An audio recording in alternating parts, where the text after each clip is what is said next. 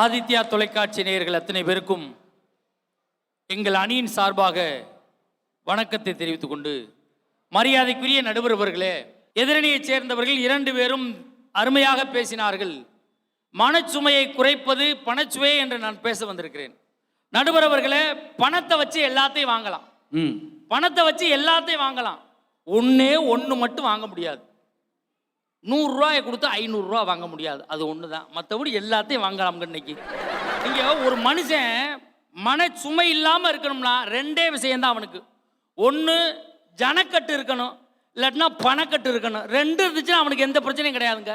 இந்த உலகத்திலே கருப்பை இல்லாமல் பிறக்க முடியாது, இறைப்பை இல்லாமல் உண்ண முடியாது, பணப்பை இல்லாமல் இந்த உலகத்தில் வாழவே முடியாதுங்க. அதில் எந்த மாற்றமும் கிடையாதுங்க. நீ அந்த காலத்தில் இலக்கியம் எல்லாம் பாருங்க, இலக்கியத்துக்கே பணத்தால் தான் பேர் வச்சான். 10 இன்னா 40, இனியவை 40, ஐங்குறு 100, முத்தொள் 1000. அதுவும் பாருங்க, வச்ச பணத்தை கூட 1000 500ன்னு வைக்கல, 10 40 100ன்னே வச்சான். ஏன்? இதான் கடைசி வரைக்கும் செல்லும்டா, இடையில செல்லாமல் போயிருந்து தமிழ் எனக்கு தெரிஞ்சிருக்கு. அப்படிப்பட்ட ஆளுக நம்ம ஆளுக. பொதுவாக சார், நீங்கள் மனச்சுமையை குறைப்பது நகைச்சுவைனா, நகைச்சுவை எல்லாத்தையும் சொல்ல முடியுமா? நீங்கள் ஒரு காது கேட்காதவன்ட்ட போய் நம்ம முத்து போய் 1 மணி நேரம் சொல்கிறாருன்னு வைங்க, அப்புறம் அருமையான ஜோக்கல் சொல்லிக்கிட்டே இருக்குன்னா அவன் சந்தோஷப்படுவானா? அவன்கிட்ட ஒரு 100 ரூபாயை கொடுத்து பாருங்க, சந்தோஷப்படுவாங்க. ஒரு பிச்சைக்காரன்ட்ட கூட 10 ரூபா போட்டால் தான் சார் சந்தோஷமா இருப்பான். இப்போ எனக்கு ஒரு பிச்சைக்காரன் நண்பர் இருக்காங்க. வேற என்ன கோடீஸ்வரனா இருப்பான்? ஃப்ரெண்டு பிச்சைக்காரன். ஒரு 20 வருஷத்துக்கு முன்னாடி அவனுக்கு எப்போதும் போகையில் வரல, இந்த ஓட்டில் 10 ரூபா போட்டு போவேன். ஆனால் உங்களை பாராட்டுறேன், பிச்சைக்காரன் என் ஃப்ரெண்டுன்னு எவ்வளோ மகிழ்ச்சியாக சொன்னார் பார்த்தீங்களா? ஆனா நிறைய பேர் பாருங்க, ஒரு கிழிஞ்ச வேட்டியோட அழுக்கு வேட்டியோட ஒரு ஆள் வளரட்டும் வீட்டுக்கு, அவர் யாரோ அந்த தெருவில் இது பார்க்குறவர் அப்படின்வாங்க. சும்மாவே லோன் கேட்டு போயிருப்பாங்க காரில் வந்து, எங்க பெரியப்பா மையன், சொந்த பெரியப்பா மையன் அப்படின்வான்.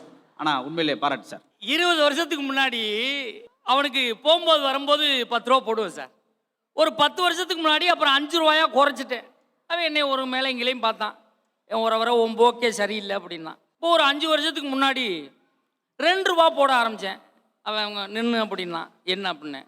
20 ரூபா போட்ட, 10 ரூபா போட்ட, இப்போ 5 ரூபா போட்ட, என்னாச்சு? நீ முத்துப்பாட்டி பண்ணுறதுக்கு தானே அடிக்கடி போகிற அப்படின்னு அவன் கேட்டான். இல்லை, அவர் காசெல்லாம் தான் ஒழுங்காக தர்றாரு. நான் 20 ரூபா போடும்போது எனக்கு கல்யாணம் பண்ணலை, 10 ரூபா போடும்போது கல்யாணம் பண்ணியாச்சு, எனக்குன்னு ஒருத்தி வந்துட்டான், 5 ரூபா போடும்போது எனக்கு ஒரு புள்ள ஒன்று பிறந்துருச்சு, அதனால தான் இந்த குறைவு அப்படின்னு. அதுக்கு அவன் சொன்னான், அப்போ என் வருமானத்தில் தான் உன் குடும்பமே ஓடிக்கிட்டு இருக்கா, என்கிட்ட 20 ரூபா இல்லைன்னு அவன் பார்த்து. இல்லை, நகைச்சுவை தான் பெருசுங்கிறீங்கள. நான் கேட்குறேன், உலக பணக்காரர் வரிசையை அறிவிச்சிருக்கான், உலக பணக்காரர் நாடுகள் வரிசையை அறிவிச்சிருக்கான்.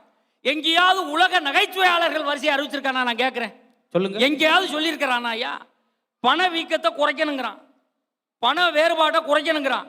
எல்லாம் பணம் சம்பந்தமாக தான் இந்த உலகமே சுழண்டுக்கிட்டு இருக்கு.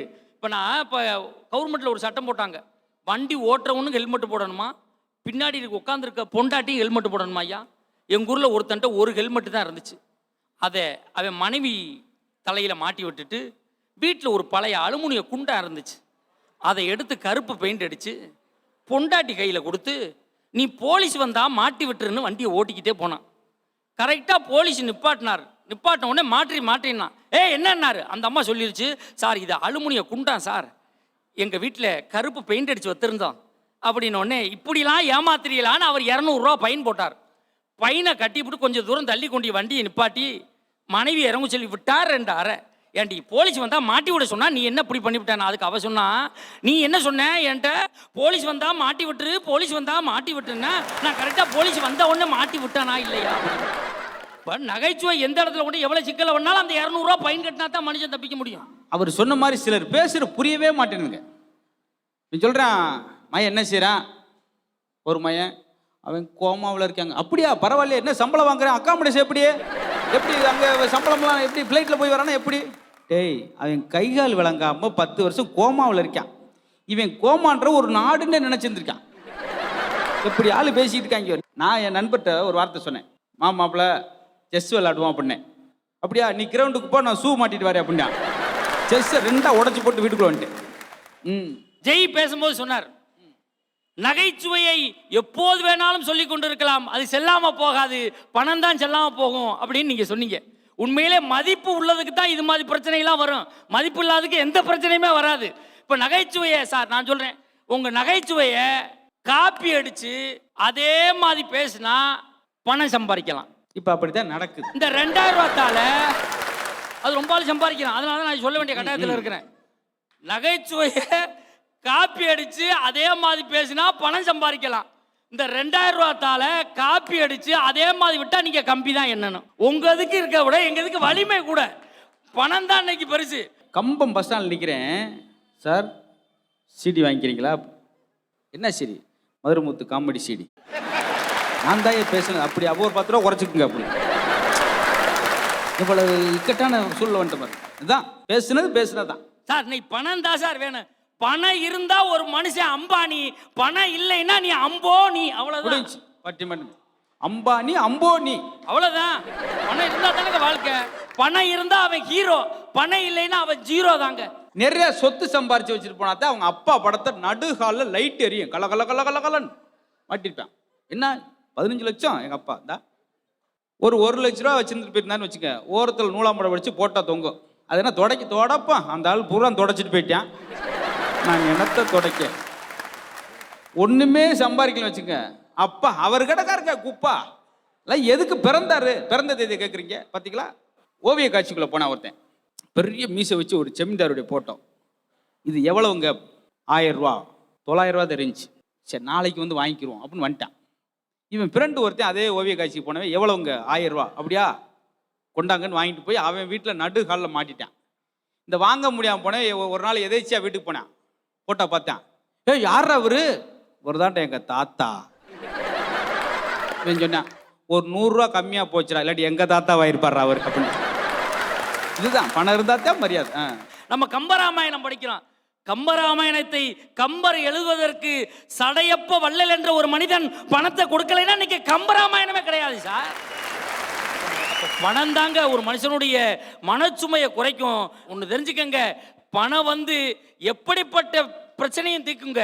இப்போ வியாதி திடீர்னு முடியாதவனுக்கு 10 ரூபா பணத்தை கொடுத்தா வைத்தியம் பார்ப்பான். முடியாதவன்கிட்ட போய் படுக்க போட்டவன்கிட்ட 10 ஜோக்க சொன்னா அதோட பாடையில் ஏறிடுவாயா. உண்மையிலே சொல்றேன், வாழ்க்கையிலே மனச்சுமையை குறைப்பது பணத்தால் மட்டுமே முடியும் என்று நீங்கள் நல்ல தீர்ப்பை சொல்லி அந்த பணத்தை எங்களுக்கே தந்து எதிரணிக்கு 4 நகைச்சுவை சொல்லி அனுப்ப வேண்டுமாய் கேட்டுக்கொண்டு வாய்ப்புக்கு நன்றி கூறி விடைபெறுகிறேன். நன்றி, வணக்கம். அது ஆரம்பத்தில் உங்களுக்கு சொன்னேன். நிறைவா கடைசியா பேசுறவருக்கு அந்த ஒரு பெரிய கணம் இருக்கணும், ஒரு ஸ்ட்ரென்த் இருக்கணும். அந்த வகையில் மகாராஜன் அவர்கள் எப்பயுமே தன்னுடைய பங்களிப்பை சிறப்பாட்டியிருக்காங்க. இப்போ நிறைவு பகுதிக்கு வந்திருக்கிறோம். அவர் அதுபோக இந்த நகைச்சுவையில் என்ன செய்யும் அவர் சொல்ல போகிறது. ஹியூமர தெரப்பின்னு சொல்லிட்டு வெளிநாட்டில் ஹாஸ்பிட்டலில் வச்சுருக்காங்க. உண்மையிலேயே நீங்கள் மெடிசின் பார்த்து சரியாக முடியாதது ஒரு கவிஞருக்கு நடந்துச்சு. அவங்களுக்கு சொன்னது மாத்திரையெல்லாம் கொடுக்கல, நகைச்சுவை சீடி கொடுத்து விட்டாங்க. இதை போட்டு பாருங்க. அவரே தன்னுடைய சுயசரியில் எழுதுனது. நான் மாத்திரையெல்லாம் ஒதுக்கிட்டு நகைச்சுவை காட்சிகளை பார்த்தேன், இன்னைக்கு நான் உயிரோடு இருக்கேன் அப்படின்னு சொன்னார். அதுதாங்க எங்களுக்கு மகிழ்ச்சி, அதான் மனச்சுமையை குறைக்கும் அப்படின்னு சொல்லி இந்த அணியினுடைய நிறைவு பேச்சாளர் கிறிஸ்தோவர் அவர்களை உங்களுடைய கரகோஷத்துக்கிட்டே அன்போடு அழைக்கிறேன்.